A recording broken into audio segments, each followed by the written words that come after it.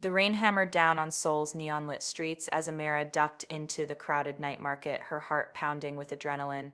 Her fingers traced the smooth edges of the sleek black phone tucked into her jacket pocket, the same phone she'd just lifted from the distracted businessman at the luxury hotel bar 5 minutes ago.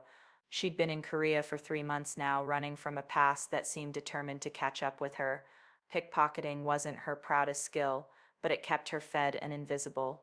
The man had been too absorbed in his whiskey to notice her brush past him, too arrogant in his expensive suit to imagine someone like her would dare.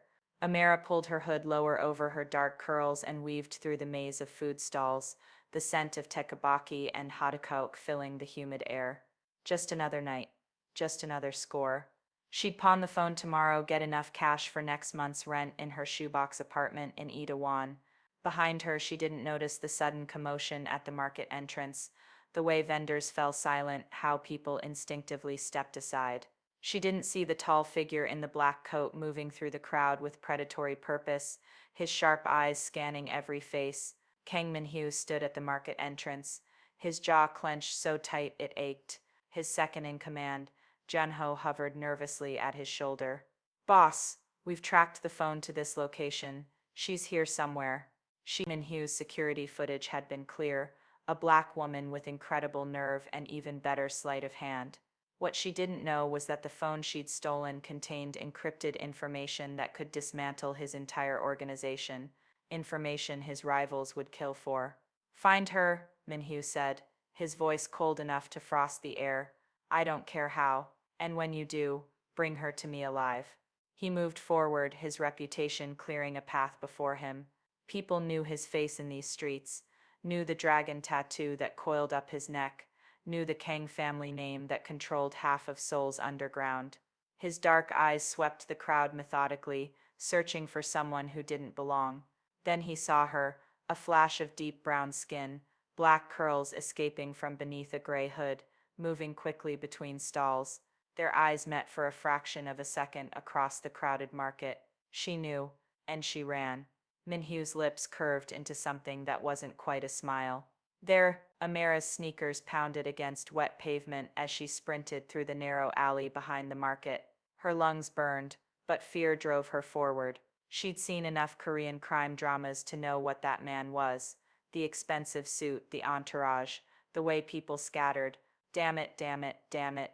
Of all the phones to steal, she'd picked a mobster's. She could hear footsteps behind her, multiple sets, gaining ground. The alley forked ahead and she veered right, then left, trying to lose them in the labyrinth of Seoul's back streets. Her mind raced. She could dump the phone, but would that be enough? Had they already seen her face? Amara skidded around another corner and her heart sank.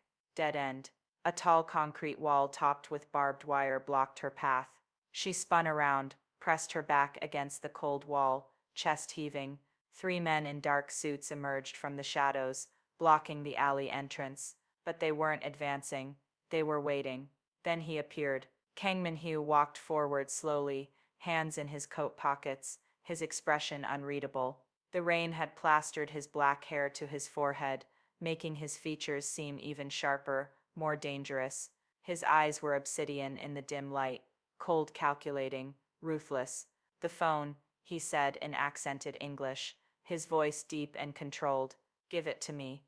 Amara's hand instinctively went to her pocket. Her mind scrambled for options. Fight, negotiate, plead. Her father's voice echoed in her memory.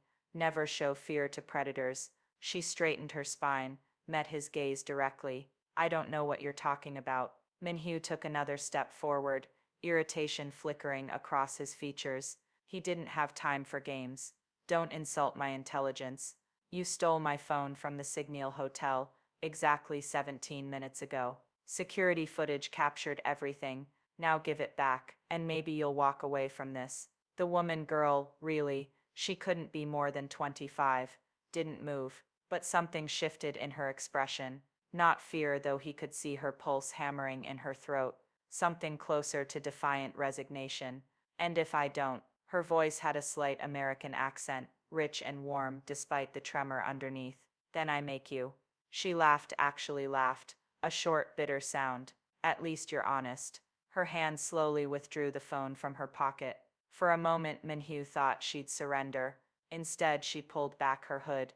Rain cascaded down her face, streaming over deep brown skin that seemed to glow even in the alley's darkness.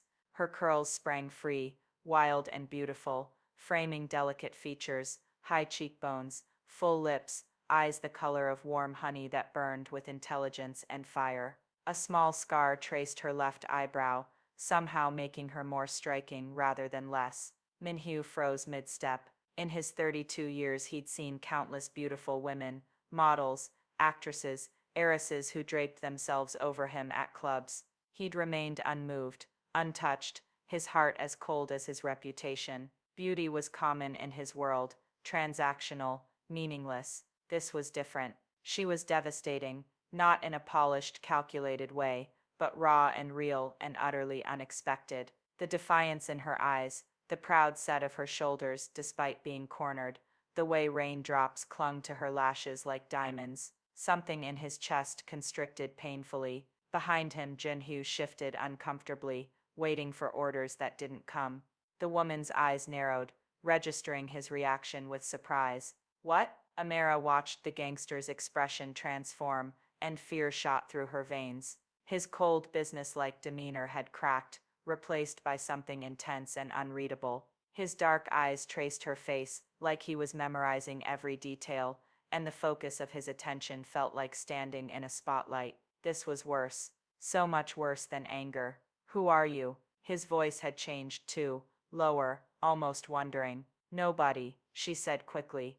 I'm nobody. I'll give you the phone. I'll disappear. We forget this happened. She held out the device with a trembling hand. Minhyu stared at the phone, then back at her face. His mind was racing in unfamiliar directions. He should take the phone, eliminate the witness, return to his carefully controlled life. That was the logical play, the safe play. But every instinct he'd honed over years of surviving in the underworld was screaming that letting her disappear would be the biggest mistake of his life. Your name, he demanded. Does it matter? It matters. He took a step closer. She pressed harder against the wall, but held his gaze. Brave, despite everything. Tell me your name, and you can go. She hesitated, calculating. Amara. My name is Amara. Amara, he repeated, the syllables strange but pleasant on his tongue. Why did you steal from me? I didn't know it was you specifically. She stopped, seeming to realize explanation was dangerous. I needed money. For what? That's none of your business. A ghost of a smile touched his lips. No one spoke to him like this. No one dared. Everything in Seoul is my business. He gestured, and Jinhyu stepped forward to take the phone. Amara's shoulders sagged with relief, but Minhyu wasn't done. You're American. Yes, running from something. Her jaw tightened. Aren't we all? The rain continued to fall, creating a curtain between them and the world. Minhyu knew he should leave. Every second he stood here was a second his enemies might gain advantage, a second his carefully maintained control could slip. I'm going to make you an offer, he heard himself say. Amara's stomach dropped. Nothing good ever followed those words. I don't want you need money. I need. Minhyu paused, his analytical mind catching up with his unprecedented impulse. What did he need? Security? No.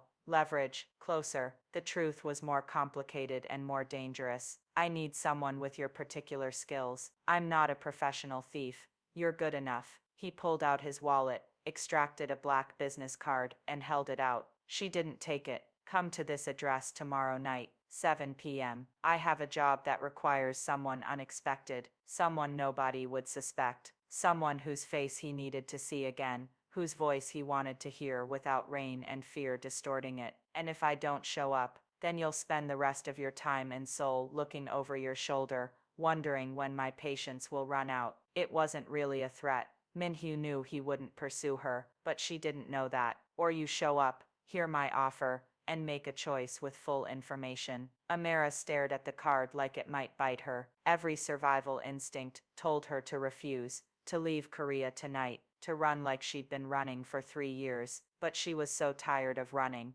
and something in those dark eyes, beneath the danger and control, seemed almost human, lonely even. She was probably imagining it, projecting. One meeting, she said, snatching the card. That's all I'm promising. That's all I'm asking. Minhyu stepped back, gesturing to his men. The alley exit cleared. Go tomorrow 7 p.m. Don't be late. Amira didn't wait for him to change his mind. She walked past him on shaky legs, feeling his eyes on her back every step. When she reached the alley entrance, she glanced back once. Kang Minhyu stood in the rain, still watching her, his expression unreadable. Behind him, his men looked confused. This wasn't how their boss operated. This wasn't protocol, but something had shifted in the universe tonight. Some cosmic tumbler had clicked into place. Amira felt it in her bones, a certainty that terrified and exhilarated her in equal measure. She'd stolen a phone, and accidentally stolen something else too. The attention of Seoul's most dangerous man. The question was whether she'd survive what came next. As she disappeared into the neon-lit streets, Minhyu remained motionless, rain streaming down his face. Jinhyu approached cautiously. Boss, did you want us to follow her? No. Minhyu's hand closed around the recovered phone, but his mind was elsewhere, replaying honey-colored eyes, defiant courage, unexpected beauty. She'll come. How can you be sure? Minhyu smiled, a real smile this time, dangerous and full of dark promise. Because she's as curious about me as I am about her. And curiosity, he said softly, is always more powerful than fear. In the distance, Seoul's lights glittered like scattered jewels, indifferent to the dangerous game that had just begun between a girl running from her past and a man who controlled everyone's future. Tomorrow would bring answers, complications, and the beginning of something neither of them could have predicted. But tonight, they both lay awake in separate parts of the city, thinking about a chance encounter in the rain, and wondering if fate or foolishness had brought them together. The end.